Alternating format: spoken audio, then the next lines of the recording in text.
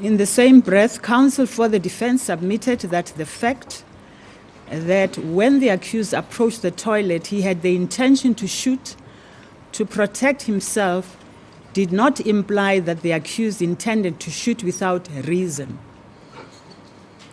If that had been his intention, he would have discharged his firearm when he arrived at the entrance of the bathroom. Defense counsel argued that the evidence of Professors Demen, Forster, and Skolk as a whole was consistent with that of the accused when he stated that he discharged his firearm in reflex because he felt vulnerable and was fearful.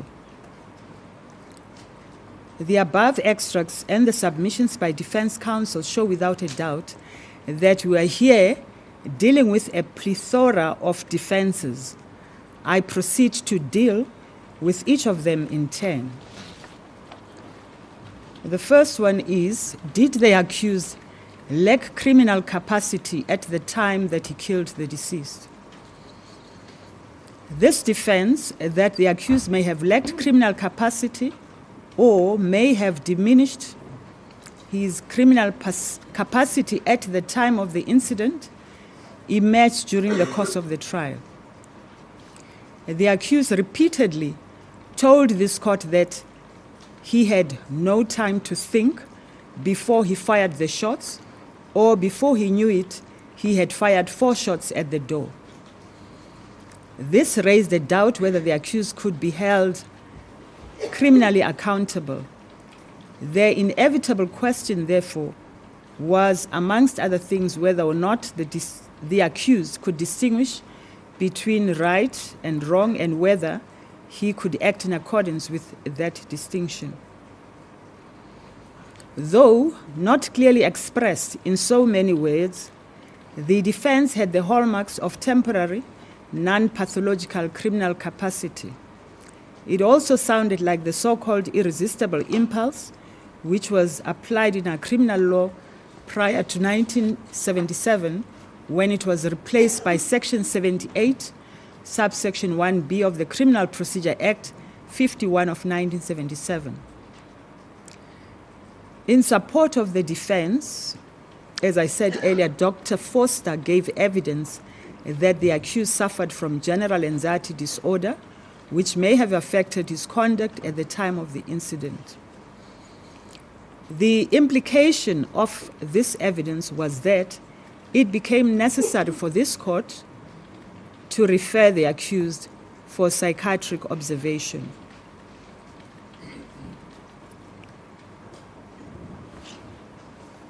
Referral for observation in terms of Section 78(2) of the Criminal Procedure Act 51 of 1977. Following an order referring the accused for psychiatric observation, a panel of experts was appointed.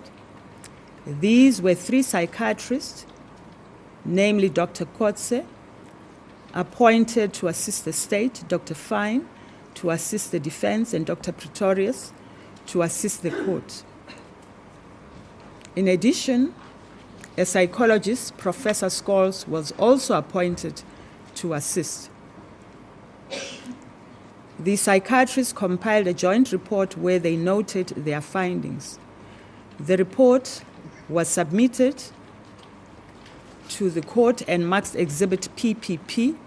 The relevant portion of this exhibit is to be found in paragraph 6C, which reads thus, I quote, "At the time of the alleged offenses, the accused did not suffer from a mental disorder or a mental defect that affected his ability to distinguish between rightful or wrongful nature of his deeds, and a mental disorder or mental defect did not affect his ability to act in accordance with the said appreciation of the rightful or wrongful nature of his deeds," close quote. Similarly, the psychologist's report marked Exhibit QQQ was submitted to court and formed part of the record. The relevant part of the record is on page 31, paragraph 6.1 and 6.2, which reads thus, I quote, 6.1, Mr. Pistorius did not suffer from a mental defect or mental illness at the time of the commission of the offense that would have rendered him criminally not responsible for the offenses charged. Mr. Pistorius was capable, that is 6.2, was capable of appreciating the wrongfulness of his act and or acting in accordance with an appreciation of the wrongfulness of his acts. Both state and defense counsel indicated to the court that they accepted the findings as set out on Exhibit PPP and Exhibit QQQ.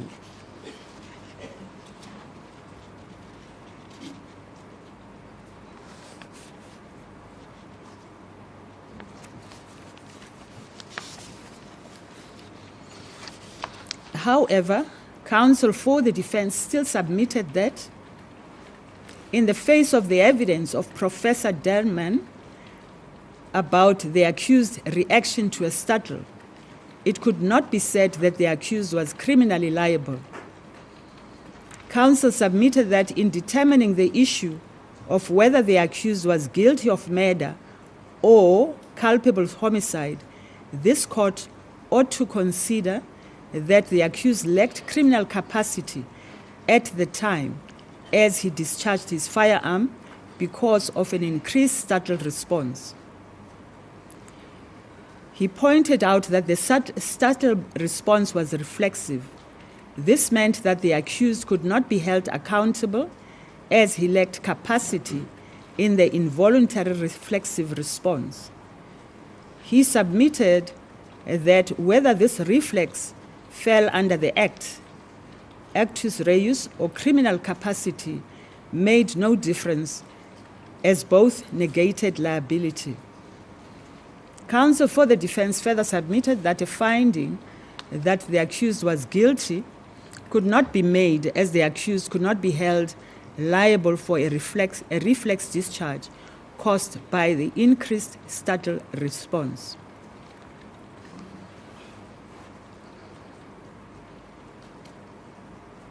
I disagree with this submission. There is a huge difference, as submitted by State Counsel, between a reflex action and involuntary action. The latter concept has the hallmark of a defense of non-pathological insanity, as it gives the impression that the accused had no control over his action when he fired the shots at the door. That this cannot be is clear from the steps that the accused took from the moment he heard the sounds of the window opening to the time he fired the 4 shots. There was no lapse of memory or any confusion on the part of the accused. On his own version, he froze, then decided to arm himself and go to the bathroom. In other words, he took a conscious decision. He knew where he kept his firearm, and he knew where his bathroom was. He noticed that the bathroom window was open, which is something that confirmed his correctness about having had the window open earlier. This is inconsistent with lack of criminal capacity. In any event, the experts have already pronounced on this defense, and this court has not been given any reason not to accept their evidence. Having regard to expert evidence and the evidence as a whole, this court is satisfied that at the relevant time, the accused could distinguish between right and wrong, and that he could act in accordance with that distinction. It is also clear that the defense of non-pathological insanity has no foundation.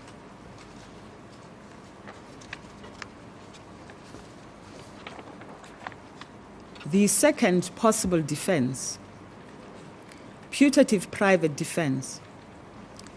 Counsel for the defense submitted that the accused intentionally discharged the shots in the belief that the intruder or intruders was or were coming out of the toilet to attack him and the deceased. In this regard, he referred to the accused's testimony, which testimony was contradictory in my view. These are just some of the relevant extracts. He said, I quote, I leave out something, "That split moment, I believed somebody was coming out to attack me. That is what made me fire. Out of fear, I did not have time to think.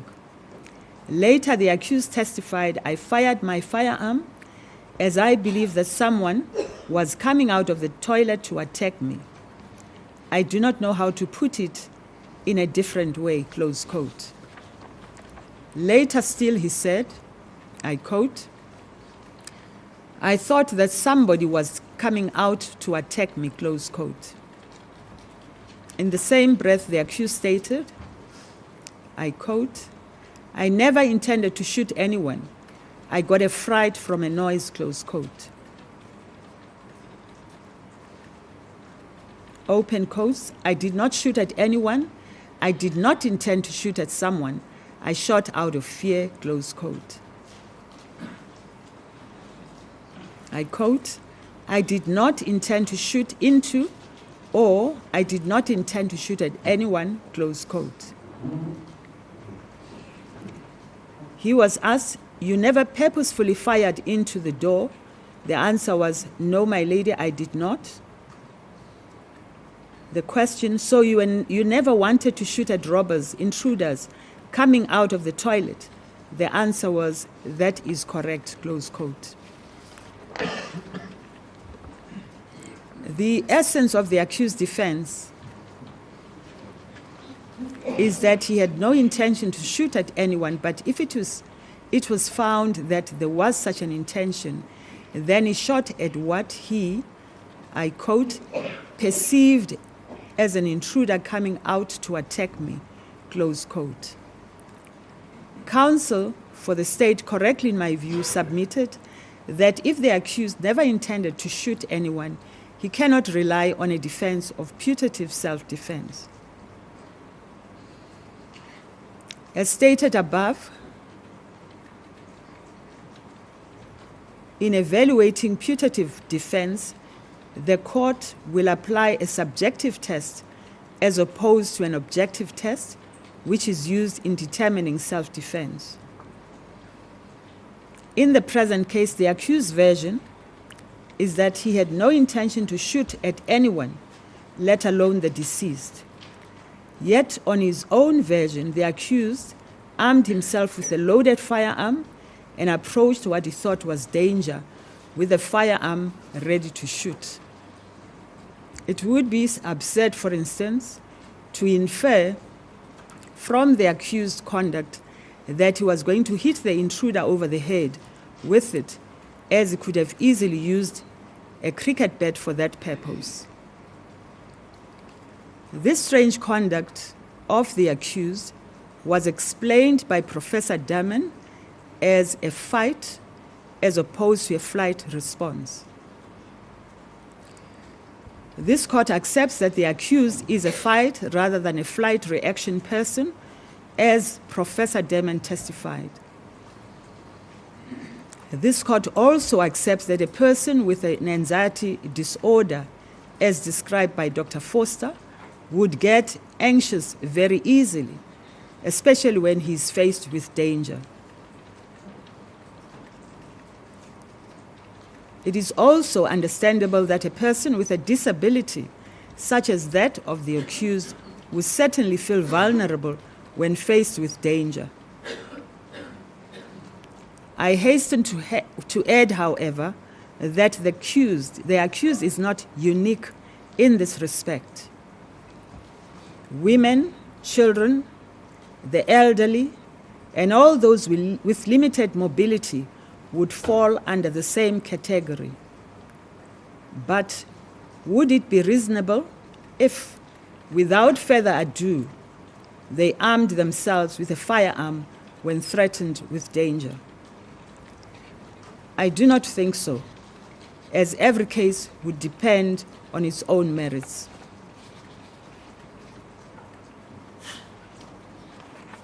The accused clearly wanted to use the firearm, and the only way he could have used it was to shoot at the perceived danger. The intention to shoot, however, does not necessarily include the intention to kill. Depending on the circumstances of each case, an accused may be found guilty of dolus eventualis or culpable homicide. In this case, there's only one essential point of dispute, and it is this: did the accused have the required mens rea to kill the deceased when he pulled the trigger? In other words, was there intention? The essential question is whether, on the basis of all the evidence presented, there is a reasonable doubt concerning the accused's guilt. The onus of proof in a criminal case is discharged by the state if the evidence establishes the guilt of the accused beyond reasonable doubt. The corollary is that he or she is entitled to be acquitted, that is, the accused, if it is reasonably possible that he or she might be innocent. In brackets C, S versus Van der Meyden, 1999, Volume 2, SA 79, capital W in brackets. In the same case, the court warned against the danger of examining the version of the accused in isolation for purposes of either convicting or acquitting. The court emphasized the importance of looking at the evidence as a whole and not piecemeal, and then proceeded.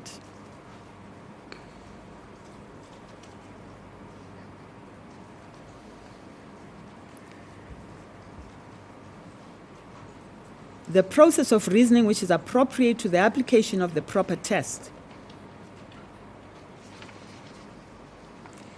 In any particular case will depend on the nature of the evidence which the court has before it. What must be borne in mind, however, is that the conclusion which is reached, whether it be to convict or to acquit, must account for all the evidence. Some of it might be found to be false, some of it might be found to be unreliable, and some of it might be found to be only possibly false or unreliable, but none of it may simply be ignored.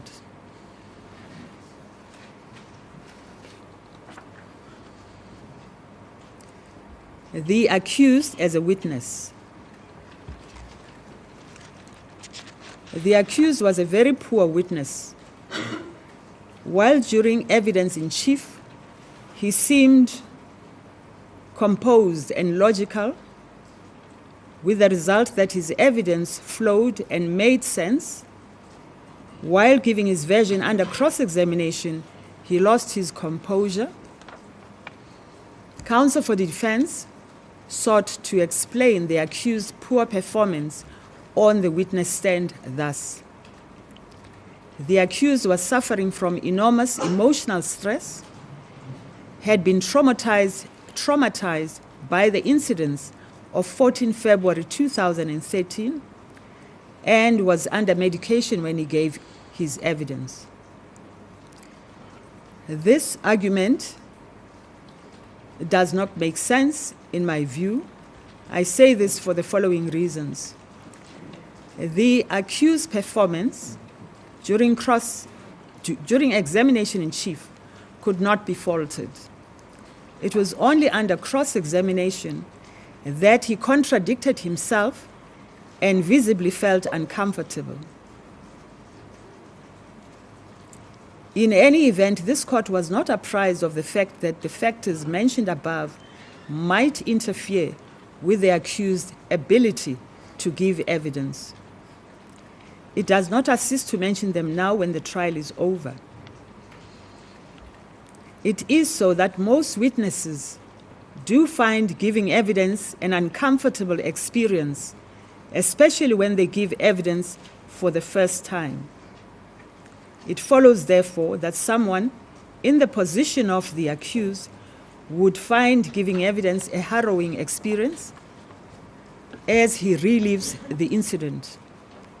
However, what we are dealing with here is the fact that the accused was, amongst other things, an evasive witness. In my view, there are several reasons for this. He failed to listen properly to questions put to him under cross-examination, giving an impression that he was more worried by the impact that his answers might cause rather than the questions asked. Often, a question requiring a straightforward answer turned into a point of debate about what another witness did or said. When contradictions were pointed out to him, or when he was asked why certain propositions were not put to state witnesses, he often blamed his legal team for the oversight. Although the untruthful evidence of an accused is of importance, when a court determines the guilt or otherwise of an accused, caution must be exercised, and courts ought to avoid attaching too much weight to such untruthfulness. The conclusion that because an accused is untruthful, he is therefore probably guilty, must be guarded against, as a false statement does not always justify the most extreme conclusion. In the present case, the deceased was killed under very peculiar circumstances. There are indeed a number of aspects in the case which do not make sense, such as why the accused did not ascertain from the deceased when he had the window open whether she too had heard anything. Why he did not ascertain whether the deceased had heard him, since he did not get a response from the deceased before making his way to the bathroom.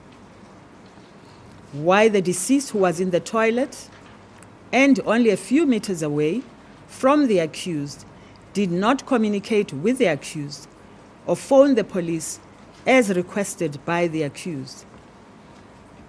This, the deceased could have done, irrespective of whether she was in the bedroom or in the toilet, as she had her cell phone with her.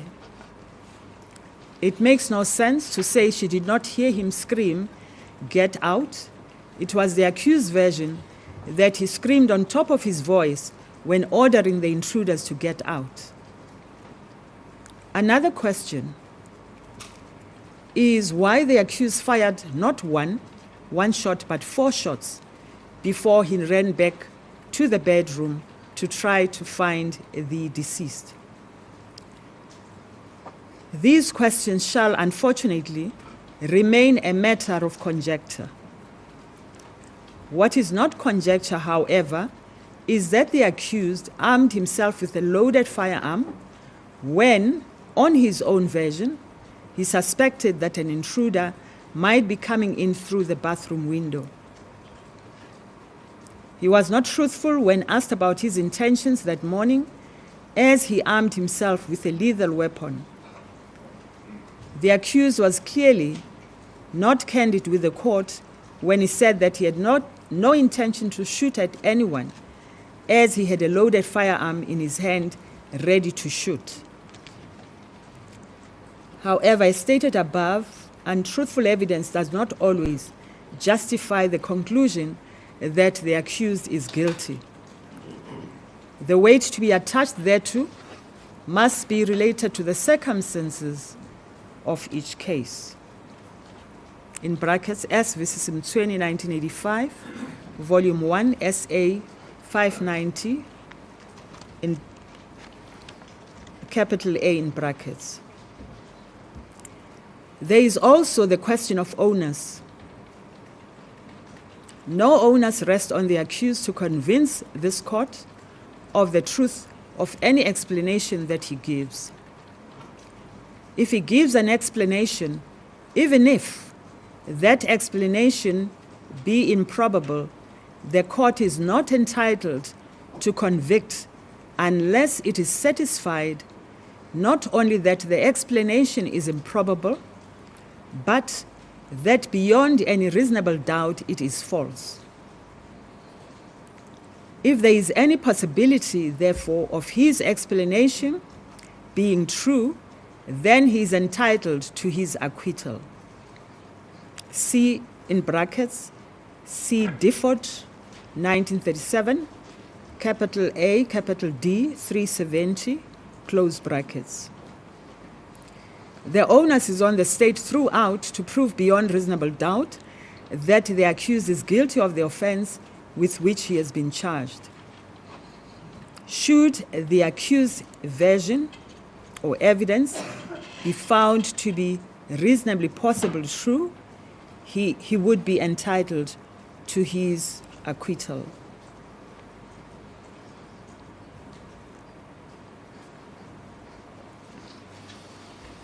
In count 1, the accused is charged with premeditated murder.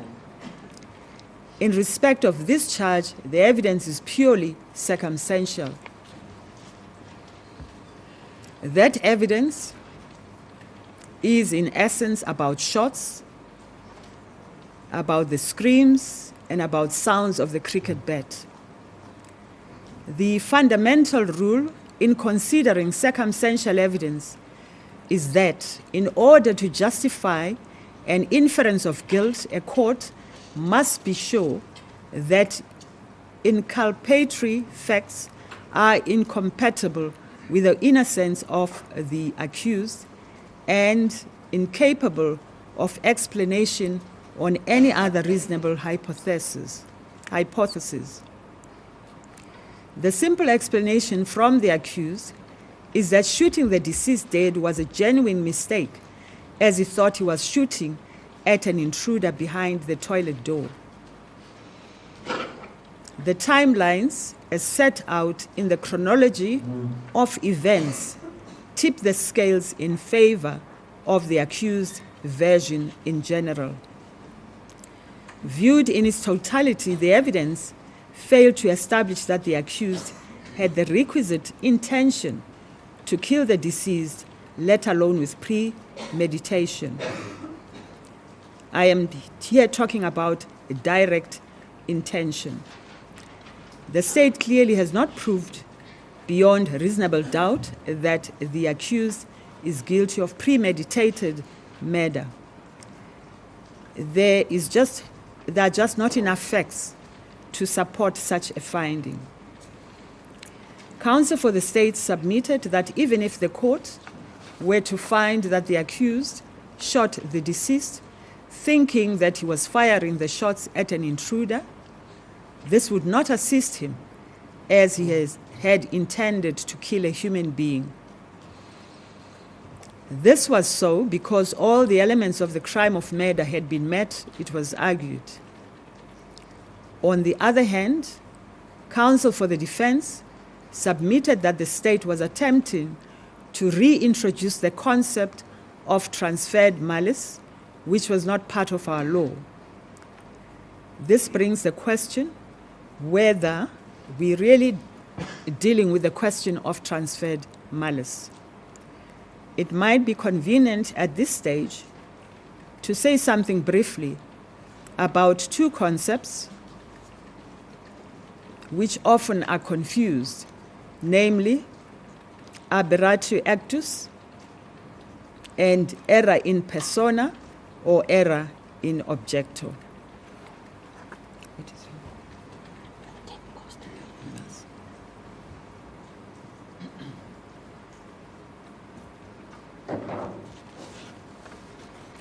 take a break. We'll take a 5 minutes break.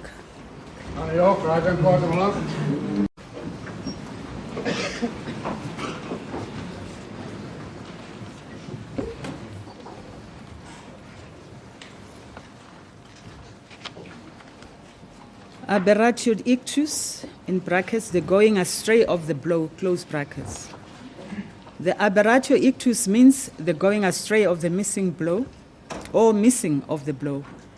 In aberratio ictus, A intends to kill B but misses him and kills C.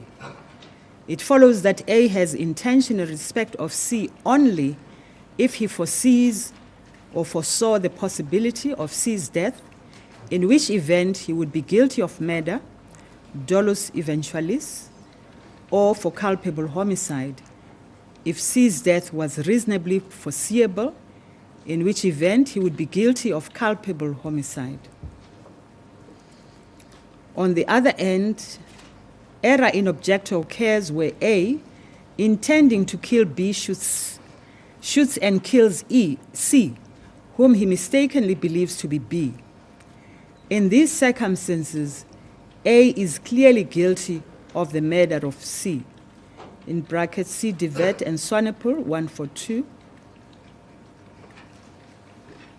J.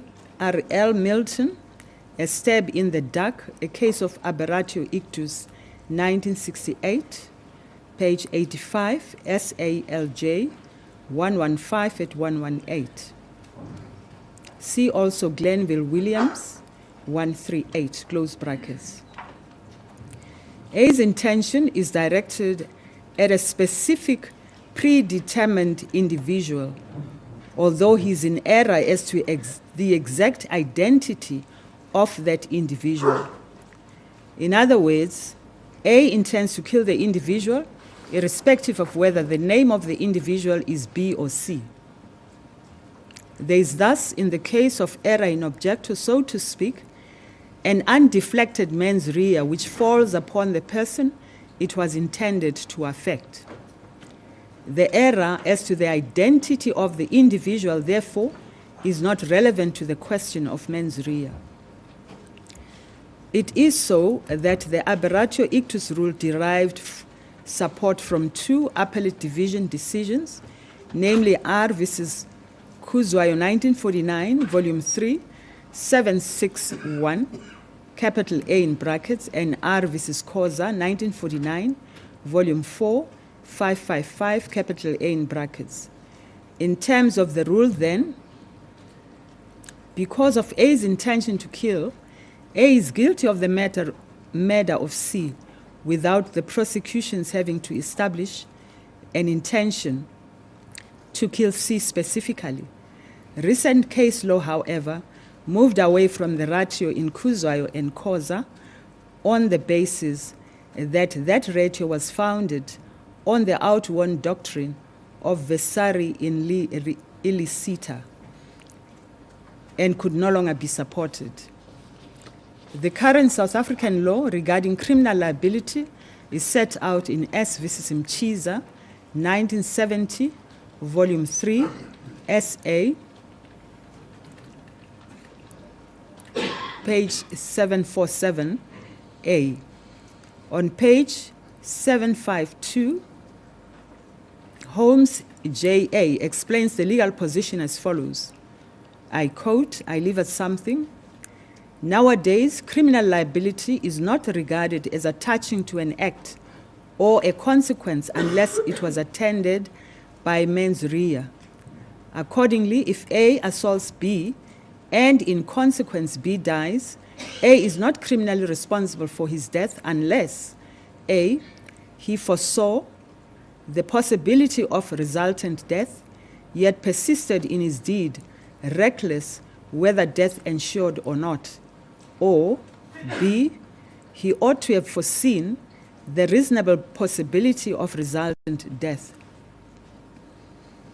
In A, the mens rea is the type of intent known as dolus eventualis, and the crime is murder. In B, the mens rea is culpa, and the crime is culpable homicide, close quote. My view is that we are here not dealing with aberratio ictus, as there was no deflection of the blow. It would therefore serve no purpose to say anything more about it.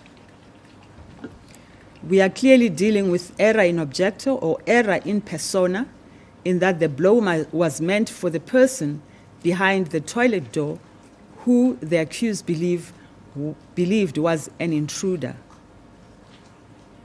The blow struck and killed the person behind the door.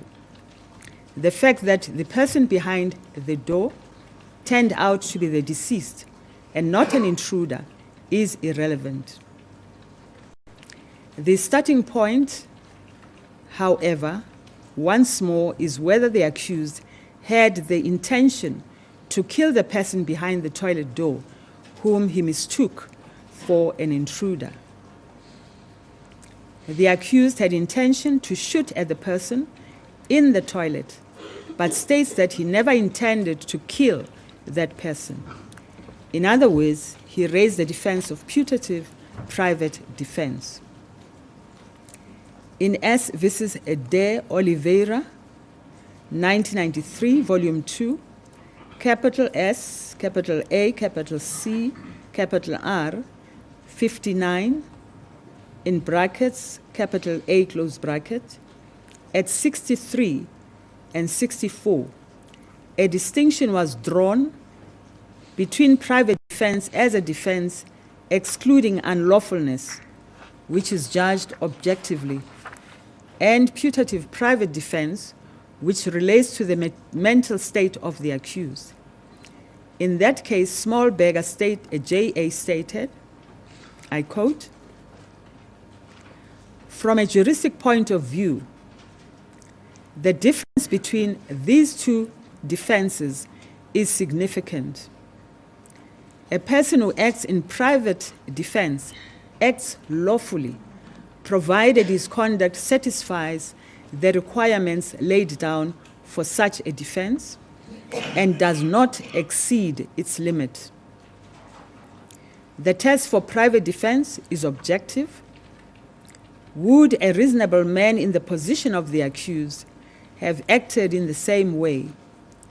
In putative private defense, it is not lawfulness that is an issue, but culpability. ...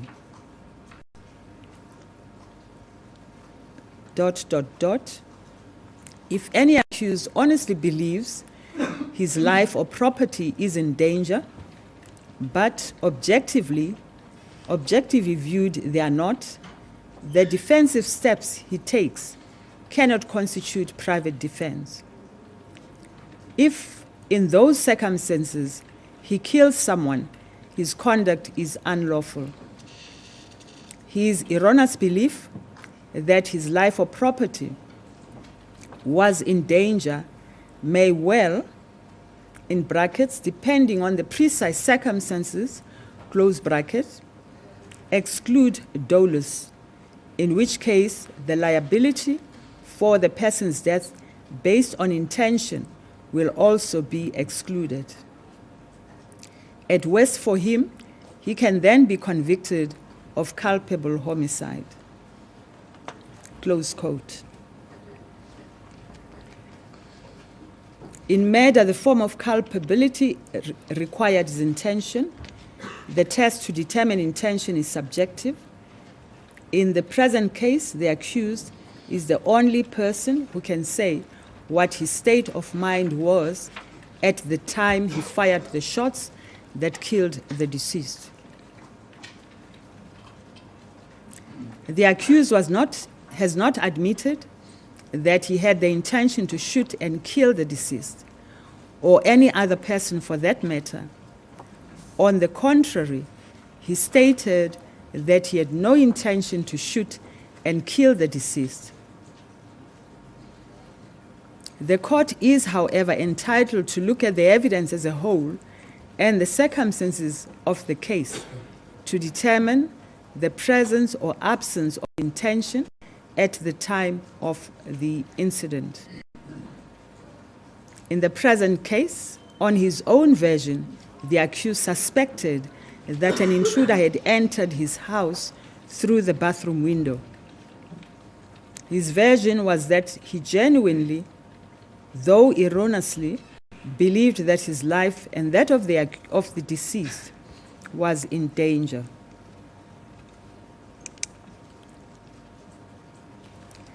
There is nothing in the evidence to suggest that this belief was not honestly entertained. I say this for the following reasons.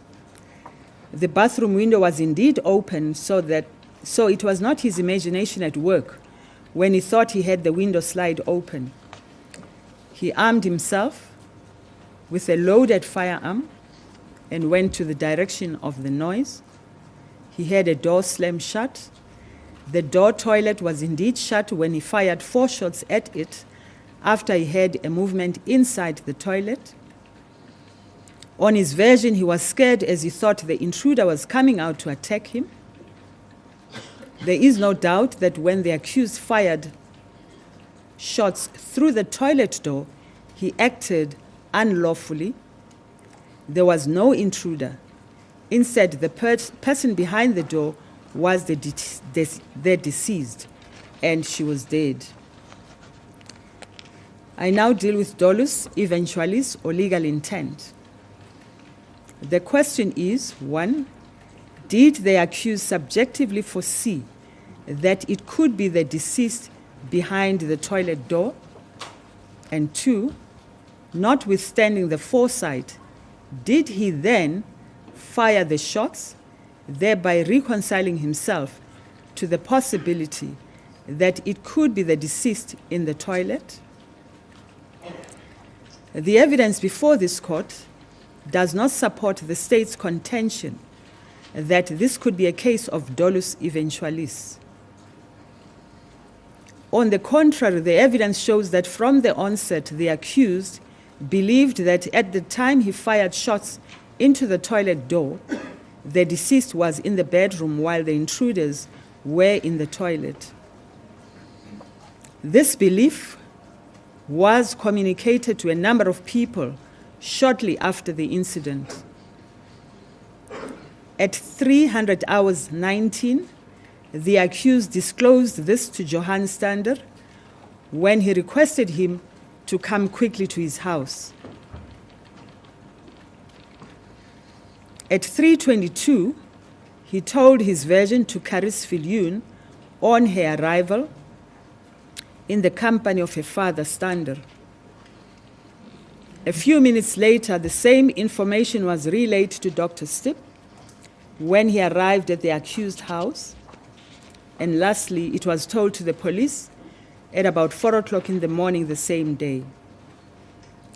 Counsel for the defense correctly argued that it was highly improbable that the accused would have made this up so quickly and be consistent in his version, even at the bail application, before he had access to the police docket and before he was privy to the evidence on behalf of the state at the bail application.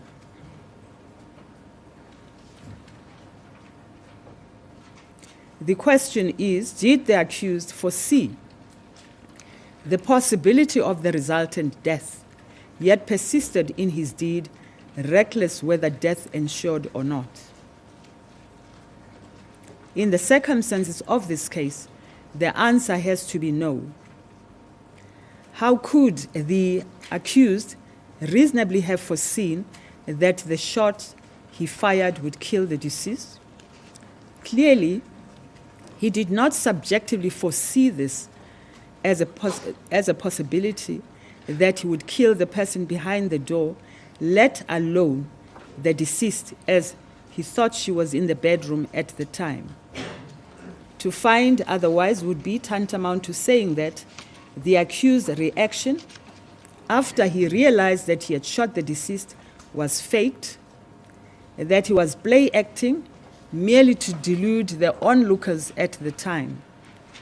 Dr. Stipp, an independent witness who was at the accused's house minutes after the incident had occurred, stated that the accused looked genuinely distraught as he prayed to God and as he pleaded with him to help save the deceased. There was nothing to gainsay that observation, and this court has not been given any reason to reject it, and we accept it as true and reliable. It follows that the accused's erroneous belief that his life was in danger excludes dolus. The accused, therefore, cannot be found guilty of murder dolus eventualis. That, however, is not the end of the matter, as culpable homicide is a competent verdict.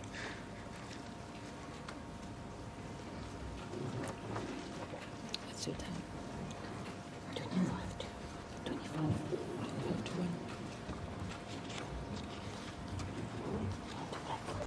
I think we'll take, yeah. Can we take this one? Of post one. Of post one. Okay. We'll take an early lunch. Court will adjourn.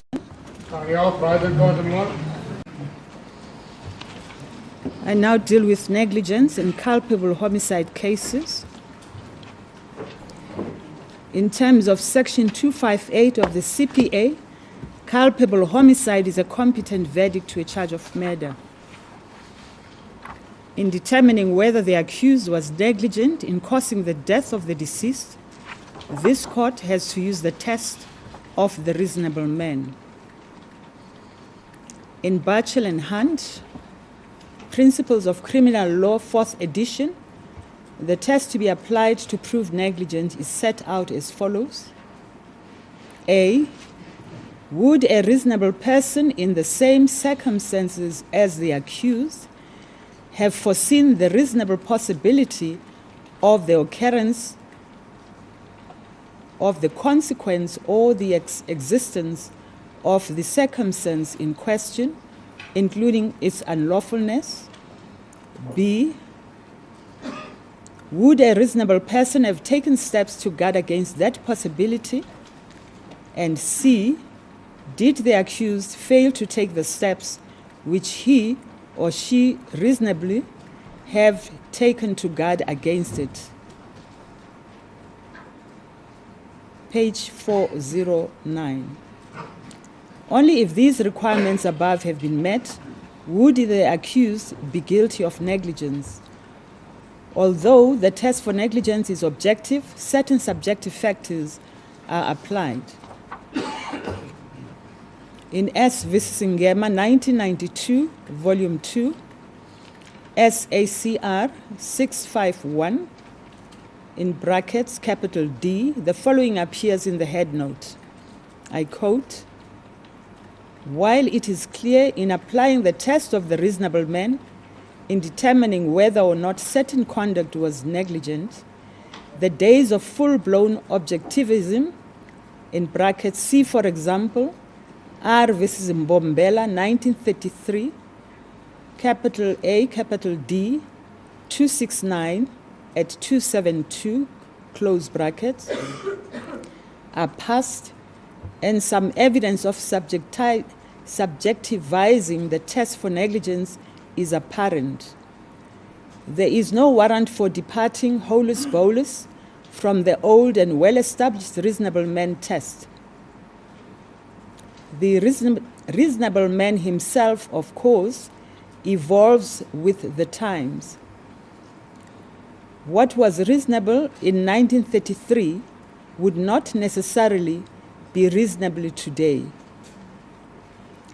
What has happened in practice, however, is that the reasonable man is now to be placed in the position of the accused.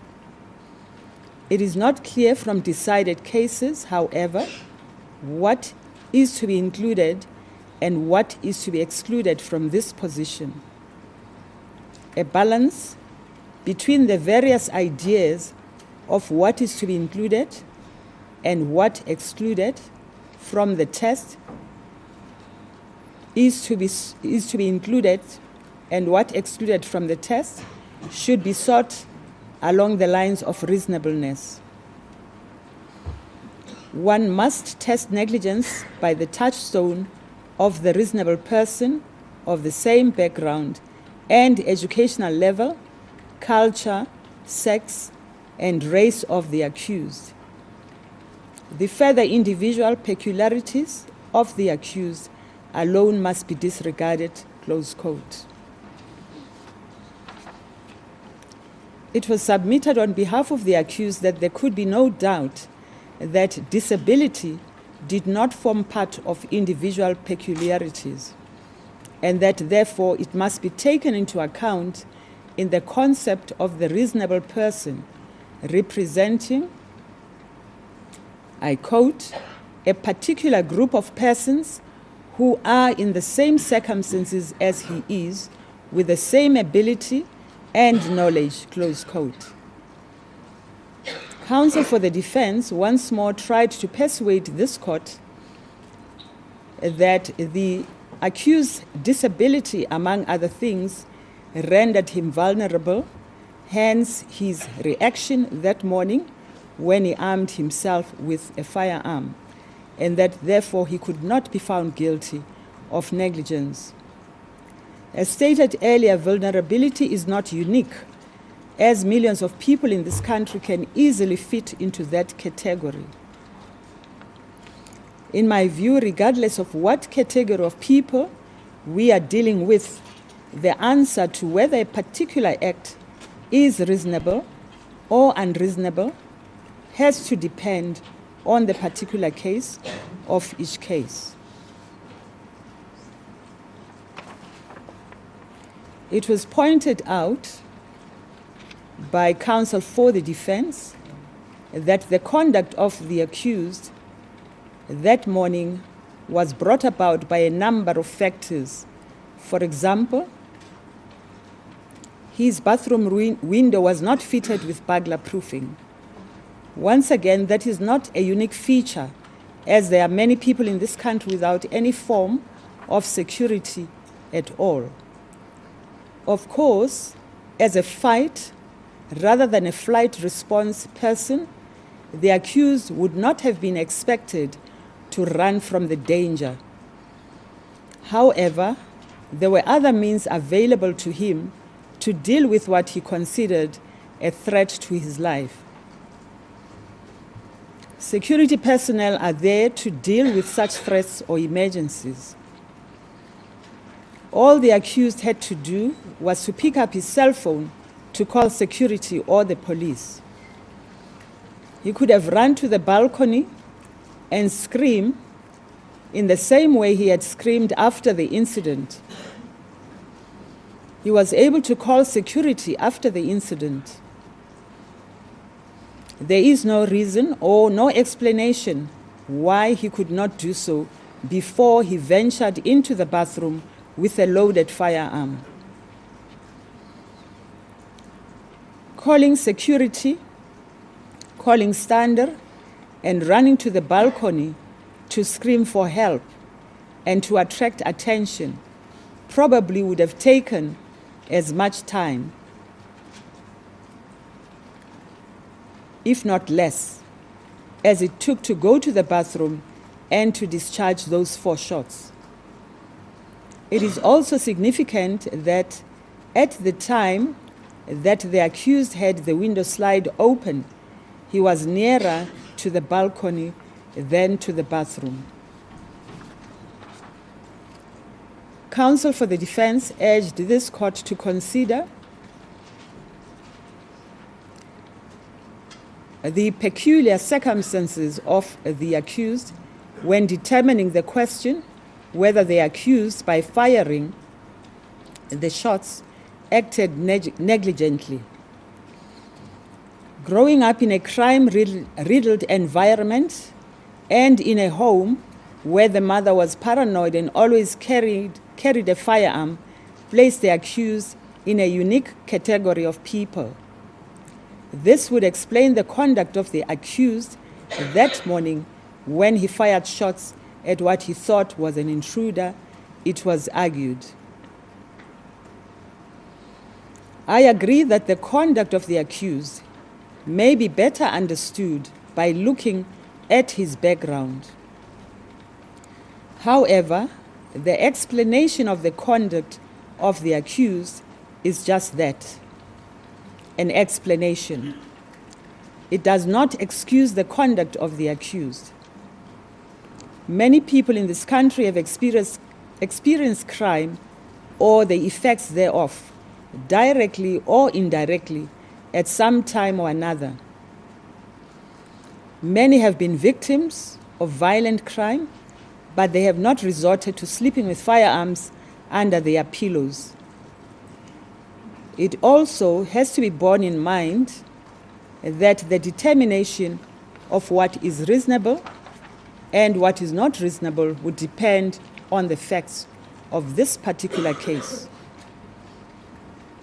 If the accused, for example, had awoken in the middle of the night and in darkness saw a silhouette hovering next to his bed and had, in a panic, grabbed his firearm and shot at that figure, only to find that it was the deceased, his conduct would have been understandable and perhaps excusable. In such a case, he would not have been expected to call security first, as he would have been faced with a real emergency. In this instance, however, this was not the case. The accused had reasonable time to reflect, to think, and to conduct himself reasonably. On the facts of this case, I am not persuaded that a reasonable person with the accused disabilities in the same circumstances would have fired 4 shots into that small toilet cubicle. Having regard to the size of the toilet and the caliber of the ammunition used in the firearm, a reasonable person with the accused disability and in his position would have foreseen that if he fired shots at the door, the person inside the toilet might be struck and might die as a result. Evidence was led as to how far or how near the deceased may have been from the door when she was struck by the shots. There was also a debate about what caliber ammunition was used. In my view, all that is not really relevant to the issue at hand. The accused knew that there was a person behind the toilet door. He chose to use a firearm, which was a lethal weapon. He was competent in the use of firearms as he had undergone some training. I now revert to the relevant questions. First, would a reasonable person in the same circumstances as the accused have foreseen the reasonable possibility that if he fired 4 shots at the door of the toilet, whoever was behind the door might be struck by a bullet and die as a result? The second question is, would a reasonable person have taken steps to guard against that possibility? The answer to both questions is yes. The last question is, did the accused fail to take the steps which he should reasonably have taken to guard against the consequence? Again, the answer is yes. He failed to take any step to avoid the resultant death. I am of the view that the accused acted too hastily and used excessive force. In the circumstances, it is clear that his conduct was negligent. I will have to stop here. We'll proceed tomorrow morning at 9:30.